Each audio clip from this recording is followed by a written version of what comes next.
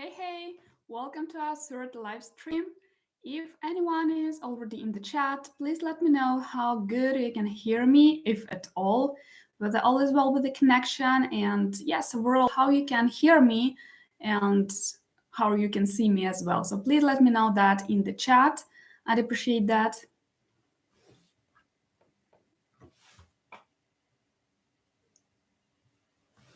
Okay. And while we are writing that down, just a reminder why we have gathered here today, and that is we will talk today about the hardest part of being an entrepreneur.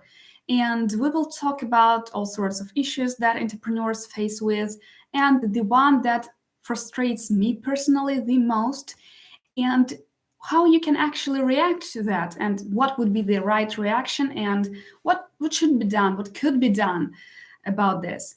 So let's start with, thank you, Leonid, Alexandra. Thank you so much for confirming the connection. There is no connection issues. Great. Okay, so let's talk about the hardest part of being an entrepreneur, the hardest part in entrepreneurship.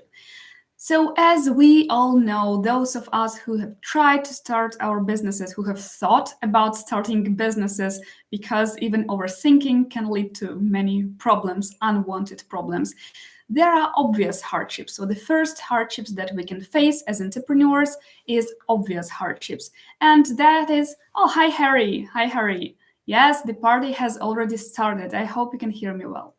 So the first type of hardships that you can meet as an entrepreneur is obvious ones. That is lack of customers, lack of cash flow, lack of revenue, lack of people, like everything from business setup to execution to defining, or maybe starting with defining your product or service offering. Like those are obvious hardships that you will face with as an entrepreneur. And we discussed that a lot on this channel, all sorts of hardships you can face with. And I'll try to talk louder. And we talk about this in details, like all sorts of details. I have a separate video on managing your finances as an entrepreneur if you're on a budget and if you can't allow yourself to hire an accountant. We talk about technical setup, so all sorts of issues. So those are obvious issues you will face with as an entrepreneur. And I would say those are operational ones and the easiest hardships that you will face as an entrepreneur. Then another hardship you will face with as an entrepreneur, and that is changing your habits and perspectives. And I presume that not many talk about that because that is considered to be a minor minor issue as well. And it still should be talked about because as an entrepreneur, I view time differently now that I'm running my business than I did when I was a hired corporate employee. Because when I was a hired employee, I got paid regardless of how I spent my time. Yes, I did deliver certain results, but then in the end of the day, I could walk out of my office and forget about it. And if anything happens to that business, I'm not responsible. I won't be suffering personally. If anything happens to the company, yes, that would be sad. Yes, maybe some sort of frustration will happen, especially as I was in business development roles. Yes, but then me personally, I won't suffer. I will go and just find myself another place. And as an entrepreneur, as a business owner, I view my time and responsibilities differently. I take my responsibilities more seriously, and I view my time differently as well. So that is the second type of issue that you will face with as an entrepreneur.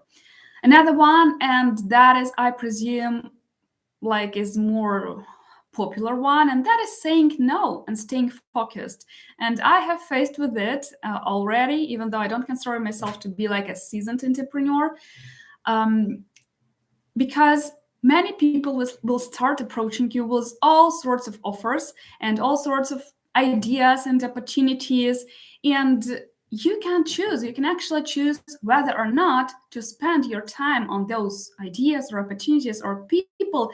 But like as a leader, you can't allow yourself to like spend your time, like throw your time away, like right, left, and center to all sorts of tasks you're not supposed to do. Just focus on your goal and focus on what matters the most, especially in the beginning of your business, and that is making your business profitable. Now, another one is something I presume like more personal, but then I also think that many entrepreneurs face with it as well, and that is the impact of self-doubt. I don't know many entrepreneurs, if at all, really should think about this hard, because I don't remember many people who would be like entirely without any doubt and without any fear. And when you start your business, often you're alone and your goals are like too far off in the distance, somewhere you can't see from the place where you are at the moment. And this is easy in this situation to second guess yourself, and that will lead to like lack of taking action from your side, because you keep second guessing yourself and you keep doubting yourself, and that will hold you back in so many perspectives and make you feel like a loser and make you feel like you want to quit every single day, which you will feel, I presume. But you should fight this one. And why actually I have started this channel in the first place, because the solution to the self-doubt would be to stay in the community of like-minded people. Like, go find yourself a good coach or a mentor, but that is a hard one. Okay, you can stay within the community of like-minded people. You can talk with the professionals who faced the same issues. You can join a mastermind. You can just talk with people who understand your issues, who have faced with the same issues, and preferably who are in the same industry as yourself, so that you could be like more specific in your issues, so that you could discuss your issues in more details. So yes, this is, I presume, the main goal of this channel, to create a community of like-minded people who will fight their issues together, because we're all in the same boat. And I don't boast myself to be like a super pro in building a business. I run a business and I do face a lot of hardships, and I try to overcome them. And when that works, I share that with you, so that I hope it would make easier for you. If something doesn't work, I share that with you as well, because I'm all for transparency. So if something doesn't work, if we somehow fail, if I somehow fail, I would rather share that with other people, so that other people just don't fall into the same like hole as myself. Okay, so the next type of hardship that you will face with as an entrepreneur, that is handling time between your personal and professional stuff. And yes, you will face with that even as a hired professional, I presume.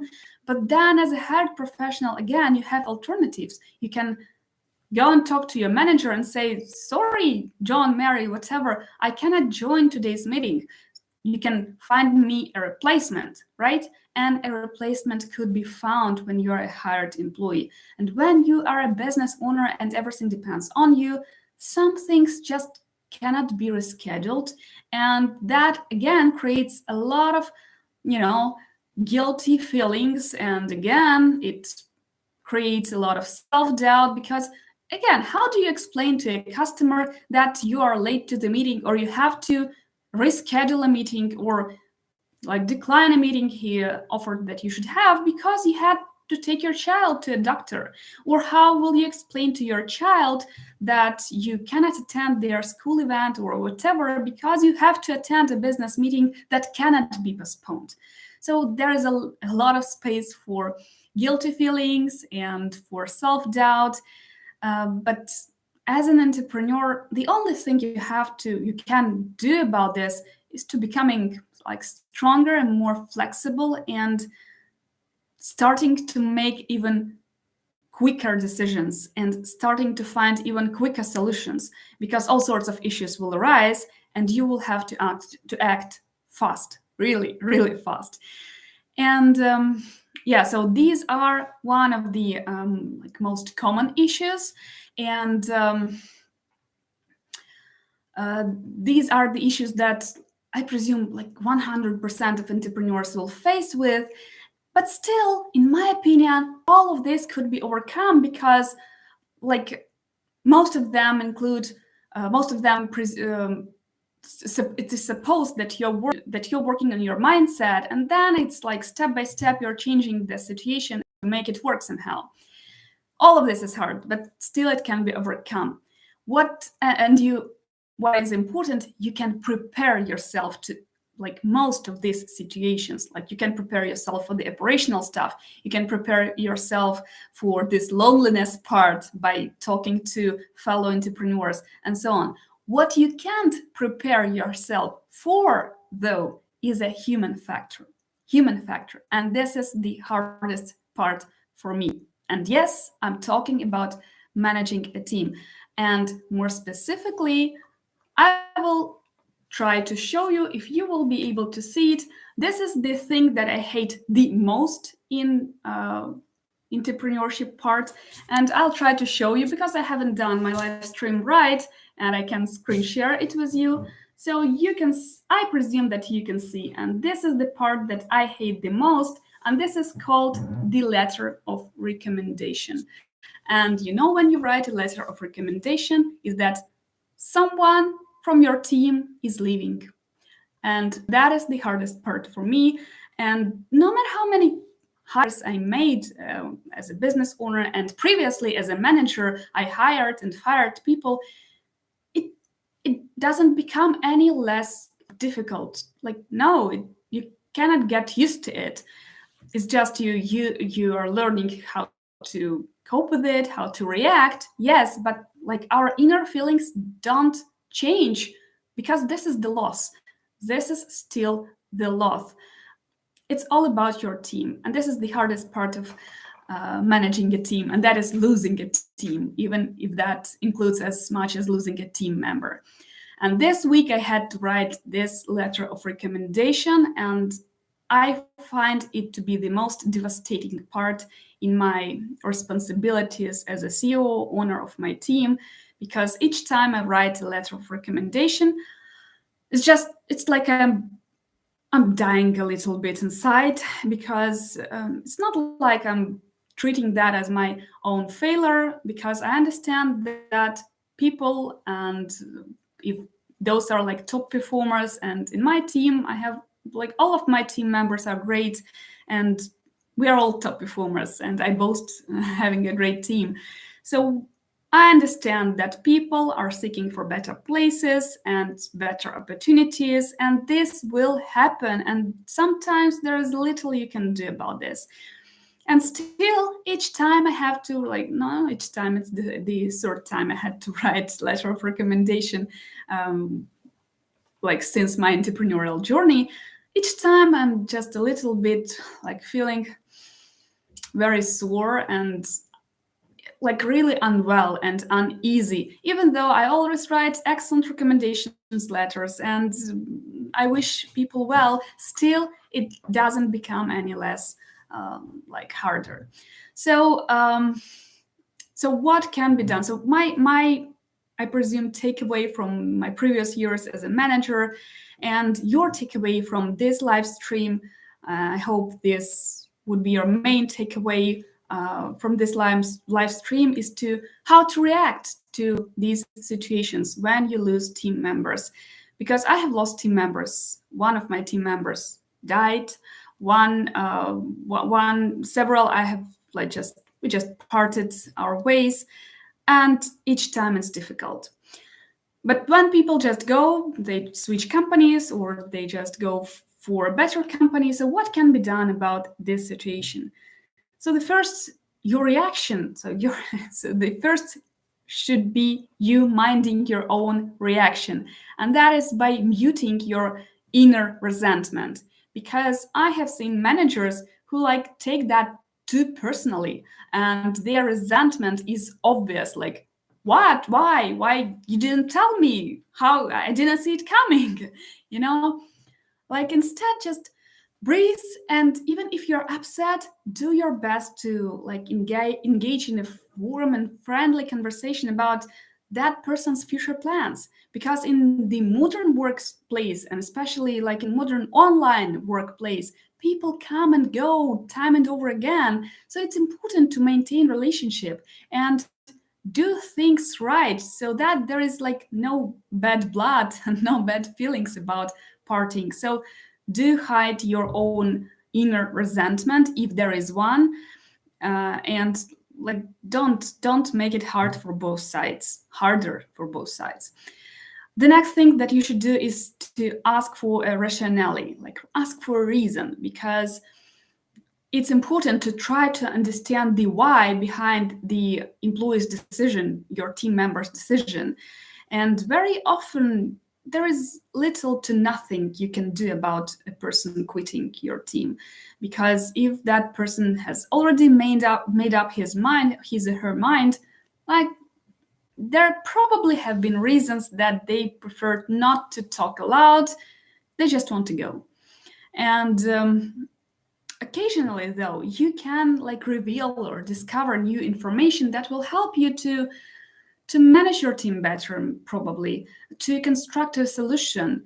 And like, or maybe you will learn that that person is leaving for personal reasons, and maybe that person will come back like in a short time. So then it's even more important to part on good terms and expect them to be back. And yeah, so ask for a reason and just like make a notice in your head why people are leaving. If that is your fault, if that is no one's fault, if that is just something personal, just ask for a reason. And the next thing that you might consider doing or might not consider doing is a counter offer. And that really depends on the type of person who's leaving. Maybe that is not your key player. Maybe you don't want to have this person in the first place, and you have been thinking about their departure yourself like numerous times. So it really depends. But if that is a person who is critical to your team, or to your team's performance, or to your clients, if that person is the key player in your team, you might be thinking about a counter offer. And like, but then again, if the person has decided to leave, you also should be aware of one thing. If they decide to leave, even if they accept your counter offer, it's not like that they won't leave in a month or two. Like they might get a better pay if that is the reason, or they might get better projects, etc., etc. But then you should understand that if those are the reasons, if those were the reasons, then probably that person will still be looking for better conditions and better opportunities. That is okay as well. But just for you to understand that this person might not be like 100% trustable in terms of like staying in your team like for a longer period of time. Okay, so the next thing that you should consider, and that is very important, is how you communicate that person's departure from your team. I don't know how to say that. So the departure from your team to your other team members, because probably you can't control how others would react to the news, but you can control how it like gets communicated to your team. And you can even bespeak that part with the person who is leaving, like let's talk about what you're going to say and what I'm going to say, right? Because sometimes the reason are kind of mixed and kind of complicated, and sometimes there are things that you don't want to reveal to the public, to the rest of the team. So you can just like agree with that person or talk with this person, like how are you going to communicate this part, and what am I going to say here? So maybe the employee would prefer to tell others one-on-one, or maybe they would like to have you as a boss, as a manager, to make an announcement like to the entire department in a separate meeting, whatever. So do make sure that this part is communicated right, because you don't want to spoil the air inside the team and the entire team's mood by, communicating the news in a bad manner. And that is another, and then another thing you want to consider, and that is extremely important one, and that is transferring knowledge.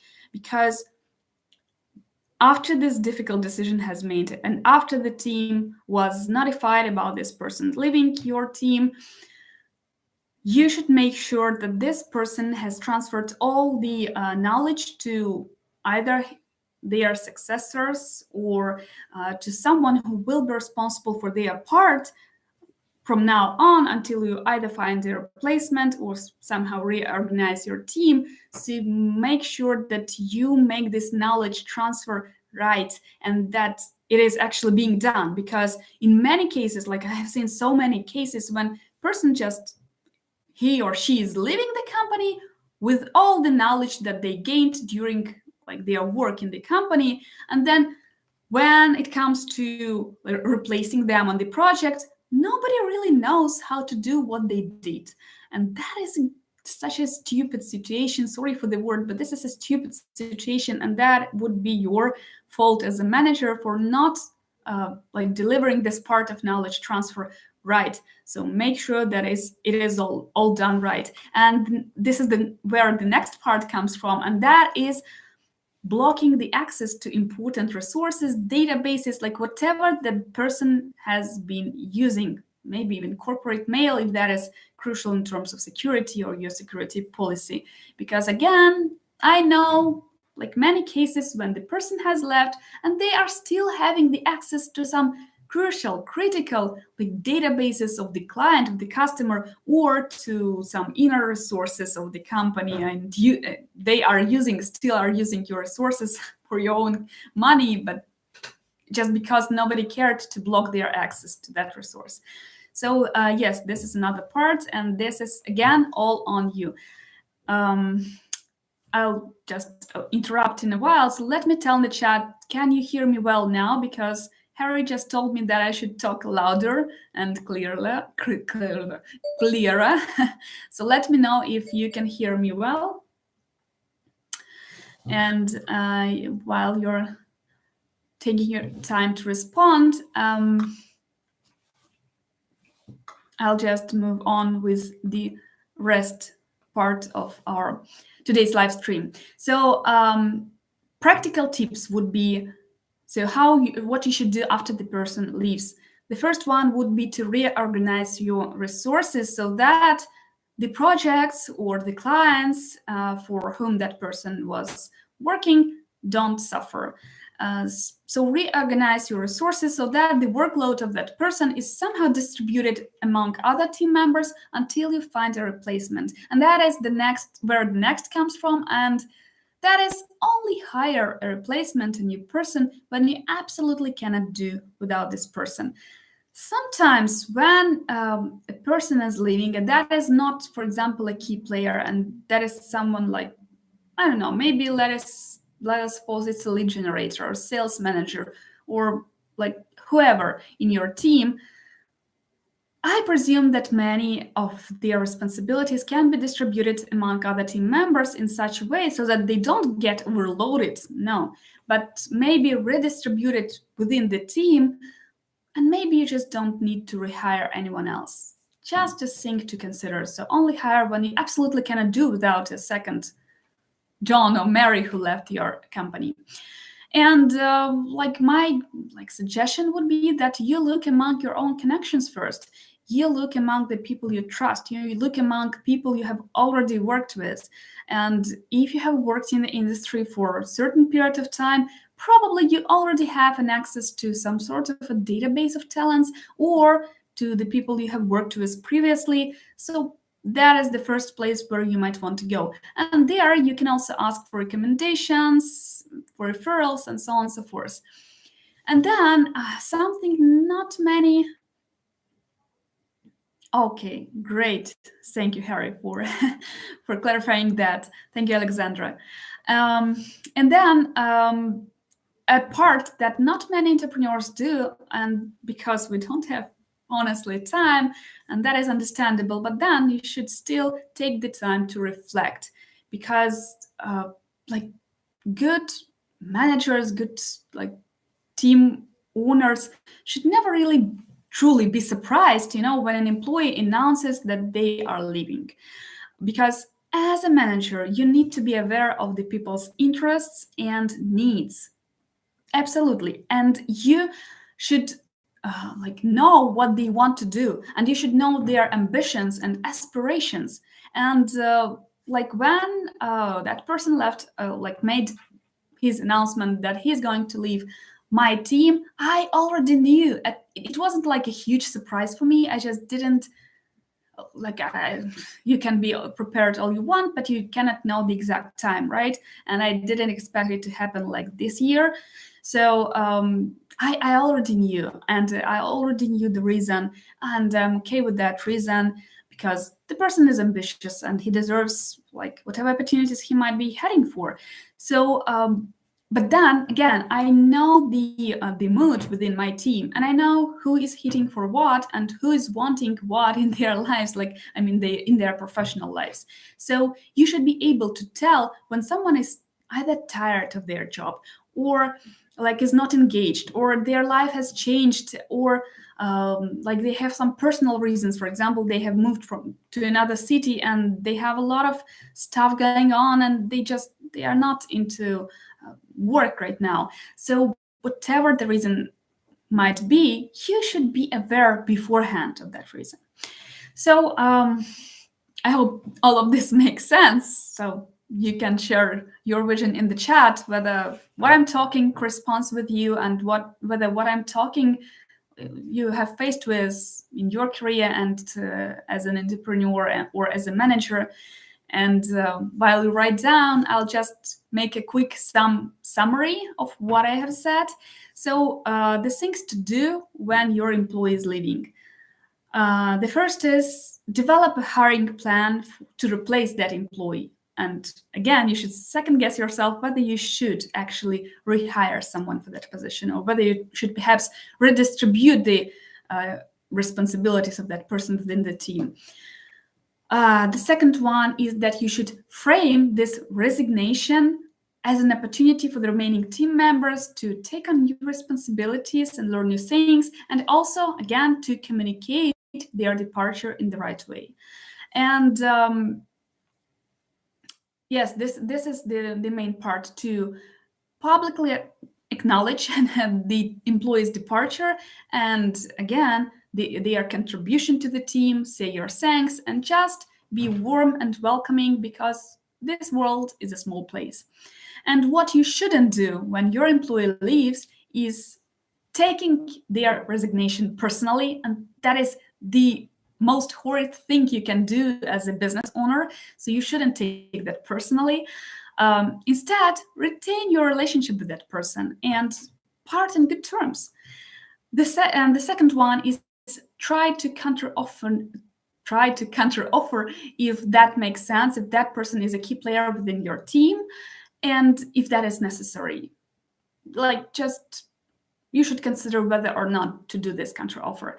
And then what my personal preferences is that you take your time to reflect and make an effort, if you still haven't, to talk to your team about their professional interests and needs, so that to make sure that never happens again, that somebody leaves without you anticipating their departure. So yes, this is my perspective of it, and I'm not sure if you agree or disagree, or if you have different experience than I do. So you're welcome now to share your experience in the chat and ask any questions that you might have. I hope you like this episode, sort of personal. Somehow it comes into a habit that I share some bad news on live streams with you. I promise the next live stream won't be so gloomy. But then again, we should talk not only about our wins, but about our losses as well, because I think this is the right thing to do. Because how can we grow if we don't share our failures? How will can learn to stand up if we don't fail. And again, we should bespeak that in the community of the like-minded people, because they will understand what you're going through, because probably they're going through the same as well. And probably they have already found the solution, sometimes obvious solution, that you have never thought about. Okay, so let me jump into our live chat. Thank you for all who are active in the chat.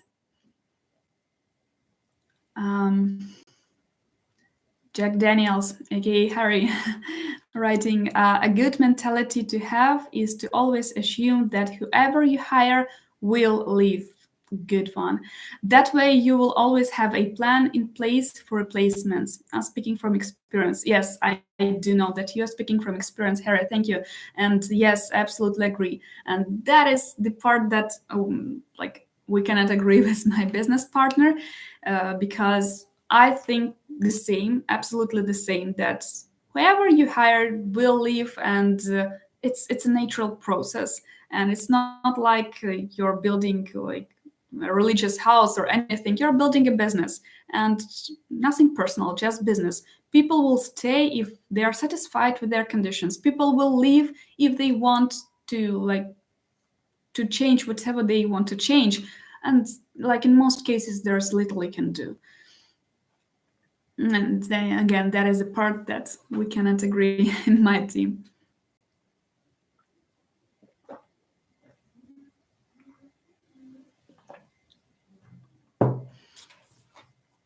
Hi, Azimich. I hope I pronounce your name right, Sayat,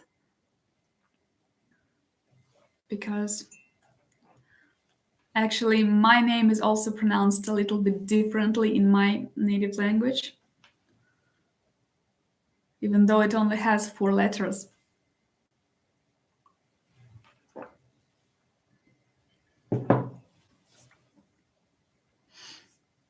And in a thought that corresponds what Jack Daniels wrote is that yes, people will leave. And I have had a very bad experience when I worked in a corporate environment. And sometimes corporate stuff is good, I mean, in terms of team building and other stuff. But when it's overdone, it's not good, because it's like following the religion of worshiping the product instead of just having a productive and friendly business relationships. And yeah, I had a negative experience on this one. That is, I presume, why I take all of this lightly. I understand that no matter how good the company is, people will leave, and that is a natural process, and you shouldn't take it personally. Because again, I have seen another negative experience, and not a singular one, multiple negative reactions of the managers and the bosses to the news that they are either key team members or just employees are leaving the company. Wow, why they're doing that? Let's punish them in some way or another.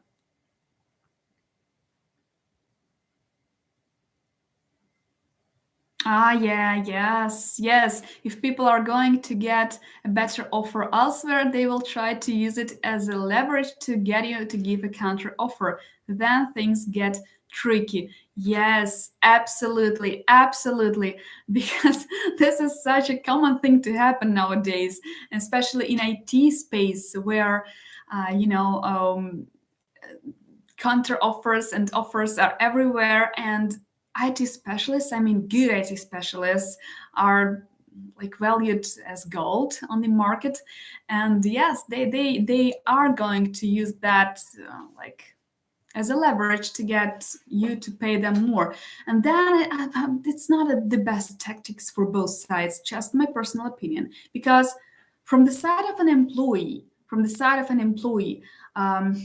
yes, the employer can give you a better pay and you can stay within the company. But are you really sure that this employer won't be looking for cheaper options on the market while they're just keeping you on your place? And this is another common situation.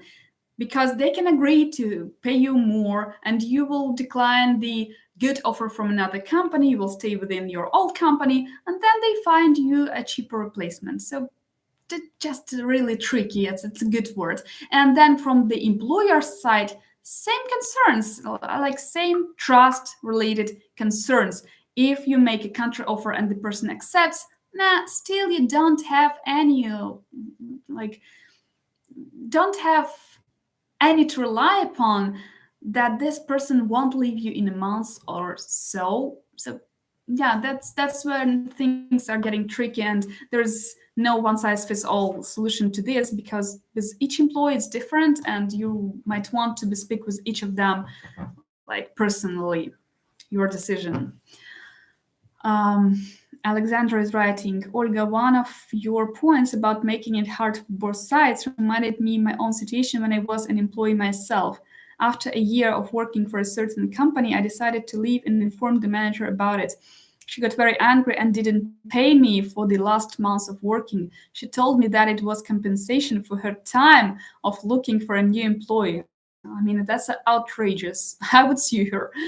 It was my first job and I didn't know my rights well. Yeah, happens to all of us. So I lost money but got an experience instead. I decided that I have to protect my labor rights better. But anyways, this was an unpleasant situation and it shouldn't be like this. It shouldn't be, absolutely, Alexandra, it shouldn't be like this. Like that's against the law. First things first, that's against the law. Second, yeah, you could easily sue her, especially if you have been like legally employed. And but I do understand where you're coming from, because I had a similar situation, sort of similar, when I've been legally employed, and like I got pregnant after almost 3 years in the company. So it wasn't like I came to the company and then boom, so I'm pregnant. No, and I notified them of that, and they like agreed that I just change my directions. I won't be a salesperson. I will be a customer support person.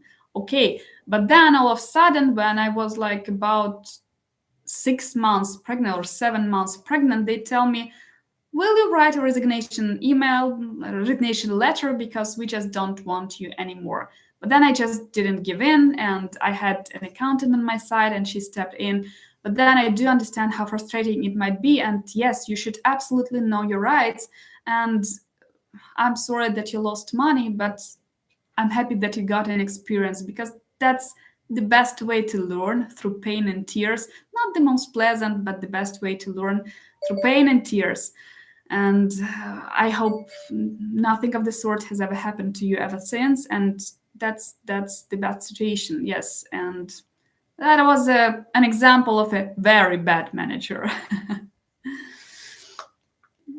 Like in my case, I thought I had, and again, you might be having a manager who behaves, and managers and business owners, just listen up, because that relates to both sides.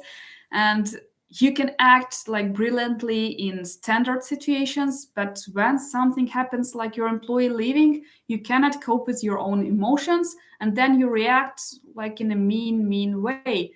Again, that is your fault and your failure as a leader of your team and leader of a company and leader. I presume that's a failure of you as a person, because that really depends on your personality.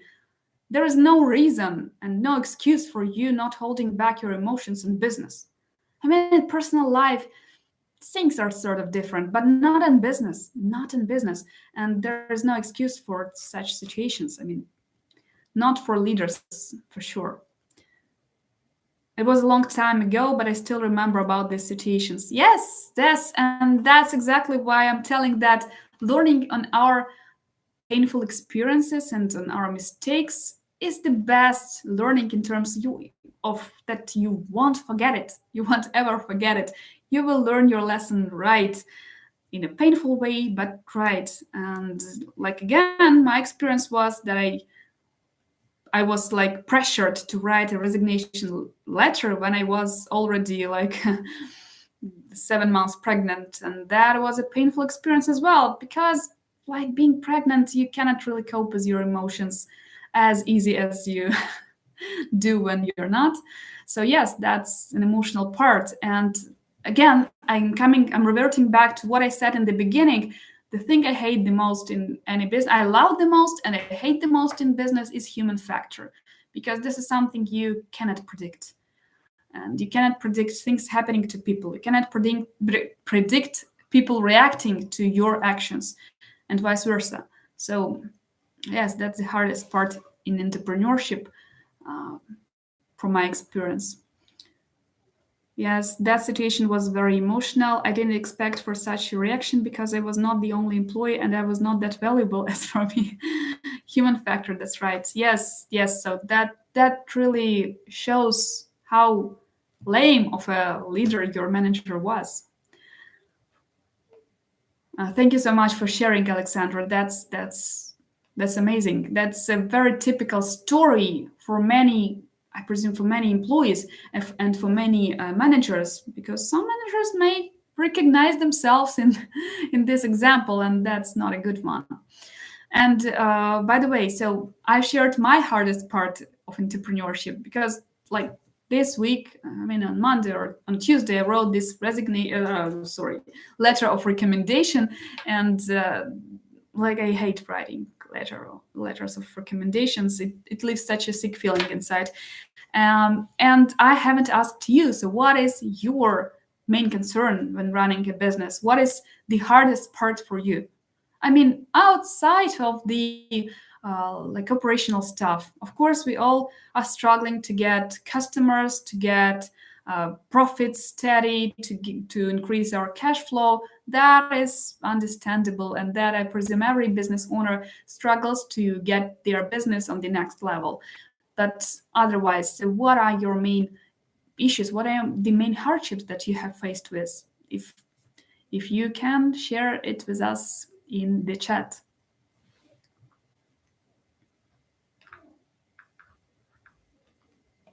And while you're writing or not writing, I want to take this time to appreciate all of you coming, because I see that people are watching and I see that the same people are watching, and I so appreciate all of you coming, all of you commenting, and I appreciate your support so much, really, because I have learned now that I should have done this live stream through a live streaming platform, and I have already connected this platform, but I forgot to schedule this live stream through that platform. So next time, hopefully, I will make it even more smarter, and I hope to prepare a sort of presentation so that it's like just more interesting for both sides, because probably you're tired of only seeing my face without any screen sharing.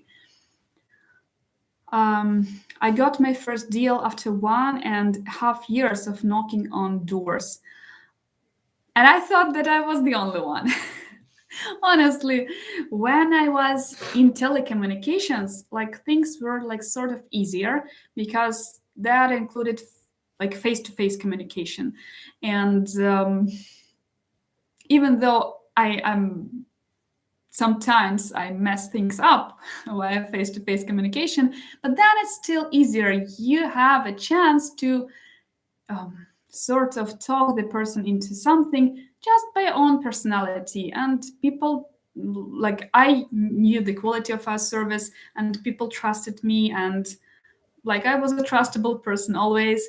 And you can see whether or not that person is about to have a business with you. So I found this part easier for me. But when I got into IT and I had to find my first project, when I started as a sales manager, it took me, yes, almost 1.5 years to get my first like serious project.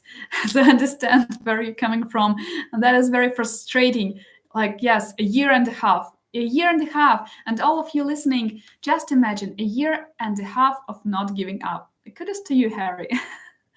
And I don't remember how, like I remember my own feelings during that time. Like I'm worthless, that it's not gonna work, that I shouldn't be in sales. And then at the same time, there was something that like hold me back. Like, no, you should keep going. You should just keep. It won't be easier if you let go. Like when you're hanging over like an asylum. It won't be any easier if you let go, right? So hold on to the very last moment. So that was my only thought during that extremely stressful period for me. Alexandra is writing, I'm new at business, so for me, the hardest part is finding clients right now. Yes, well, yes, that is the hardest part for all of us. For all of us, and not only for you, Alexandra. So, yes, finding customers is our concern, all of us. Even though that was my main concern for the first 2 years. And now the market sort of changed. And now what we lack is lack of people of certain qualification, but that is another story altogether. Yes, that is the part where we all are struggling with. Jack Daniels, people usually give up after the first 100 doors. They get disheartened. The trick is to keep going if you believe what you have works. Knock off 1,000 or even 10,000 doors if you have to. Such great words, Harry. Such great words. I mean, I could have done with these words like back in the days when I started as a salesperson. that was frustrating, and yes, and that's another, by the way, another hardship of being an entrepreneur. Every single day, you feel like you want to give up, and I don't know if I'm the only one, and if I perhaps should not be sharing this with you. I don't think that really I am any sort of a unique person. I'm no unicorn. So in this regard, so I presume that many people struggle with this feeling of unworthiness and wanting to give up and to quit every single day. It's just I can't. Like current state of affairs is just I can't. I have to go on. But especially in the beginning and in the middle of the second year, it was such a hard time for our team that yes, every single day you feel like you want to quit, and that's like the one wins that doesn't. That's the hard part, and I really wish that your words are read by many people, Harry. That like knock on 1,000 or even 10,000 doors if you have to. Just don't give up. And I'm happy that I did this right this time, and the live chat will be available even after we close today's live chat, which we'll do in 5 minutes because I have an appointment, a doctor, so I'll have to run. But I am so glad that you wrote this and that this will stay in the chat. I want everybody to read this, and especially those who are like just starting out.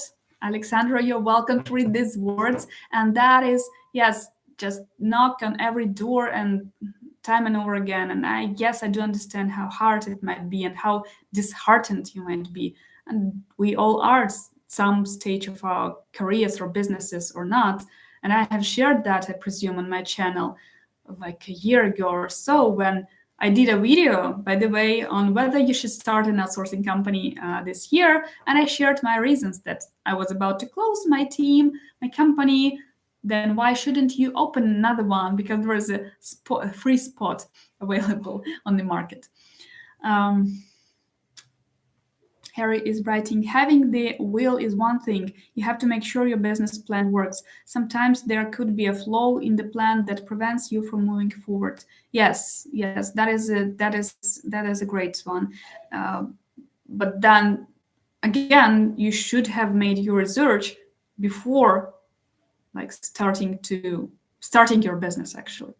Because we have started, I mean, yes, this is a great point for everyone who have not considered testing their business idea before starting their business. That is a lame way to do things.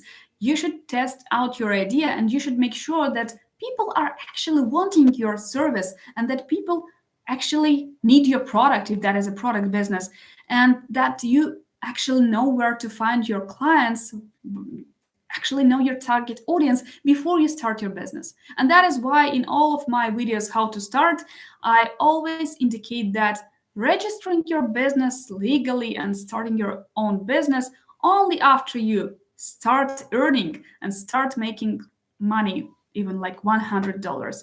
So before you start making money, I wouldn't consider starting a business actually. That's, throwing your effort on something that might not work. So you should, yes, like Jack Daniels is absolutely right here. You should be absolutely sure that your business idea, your business model will work before you're getting to actually work on this. Yes, that's right. But then again, it comes at the stage of business planning. And for everyone who's starting out, I do recommend that you write a business plan, even on a sheet of paper. It doesn't have to be like 50 sheets of paper, just a sheet of paper. So, what your business is about, who is your target audience, what is your expected service fee, if that is like a one time fee, and how much sales or how much you need per month. So, and work backwards. So, how much you need per month, how many sales, who is the target customer should come first. So, again, I have done a video on this one, and if not, if you haven't checked that, do check it out on my channel. So if there are no more questions, I presume we will be getting close to closing our today's live stream. I hope this has been useful to you. And I hope I have not talked in vain for 50 minutes. So let me know in the chat. So what are your preferences? Whether I should not share that many negative stuff on our live streams. I promise I won't. Yeah, that's just the second live stream and the second time I'm sharing some sort of negative stuff. Alexandra, very good point. Sometimes you may think that you are not successful because of bad business plan idea and you have to give up and try something new. It is hard to stay sustainable and keep trying without useless emotions. Yes, emotions rule us over in many cases, and it's up to every person. It's just general recommendations. Find a way how to cope with your emotion. I wouldn't even try. I would just let it be and just do mechanically what has to be done if I'm sure again that it works. So yeah, coping with emotions in many cases doesn't make any sense because they have like reason behind them. So yes, human factor again. Yes, human factor. But then again, my thought is that everything comes from within. Your vision, your desires, your business plan again will come from within, and the salvation lies within. That is the line from the Bible for anyone who read it. And yes, the only salvation we can find is within ourselves. And on this light note, I presume we'll be closing up our live stream because it's really time. We have talked for almost an hour by now. And I'm so happy that you have been so active in the chat. And I'm, again, so grateful for your support. That is much appreciated, truly. Thank you for all who have been listening like Liv. And for anyone who will be listening afterwards, this live stream will be available on the channel. And I hope the live stream chat will be available as well. At least I have opted in this option when scheduling this live stream. I think I did it right this time. So yes, if any questions arise, you just throw them down in the chat after I close this live stream, right in the video, and I'll answer all of them. If you are with me for some time, you know that I always answer all of the questions that are being thrown at me. You can write to me either on my channel or in Instagram or via email, because I do weekly mail out. So you can just grab any freebie and you will be opted into my email list. So you can ask your questions anywhere you might find convenient for you, and I'll answer each one when I have time. Sometimes there is a time delay because obviously I have some things to attend first, but then I always answer all of your questions. So thank you again for attending today's live stream. Thank you so much for your activeness in the chat, and I'll see you next week and hopefully on Wednesday. See you soon, and thank you again.